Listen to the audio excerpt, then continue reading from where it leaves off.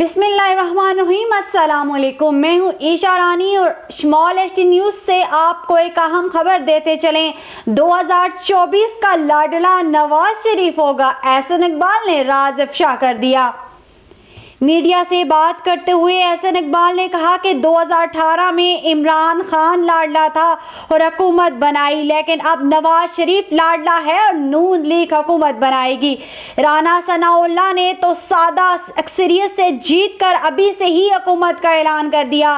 Peoples party के रहनुमाओं ने कहा कि ये तो मैच फिक्स नजर आ रहा है। जराए के मुताबिक इस वक्त हुकूमत और ताकतवर हल्के सब नवाज शरीफ को सपोर्ट कर रहे हैं। अवाम चाहे जिसको वोट दे, हुकूमत नून लीग की बनेगी।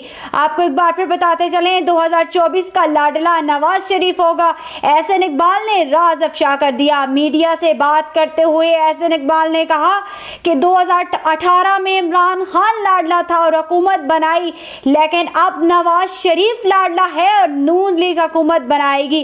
राना सनाउल्लाह ने तो सादा अक्सरियत से जीत कर अभी से ही हुकूमत का ऐलान कर दिया।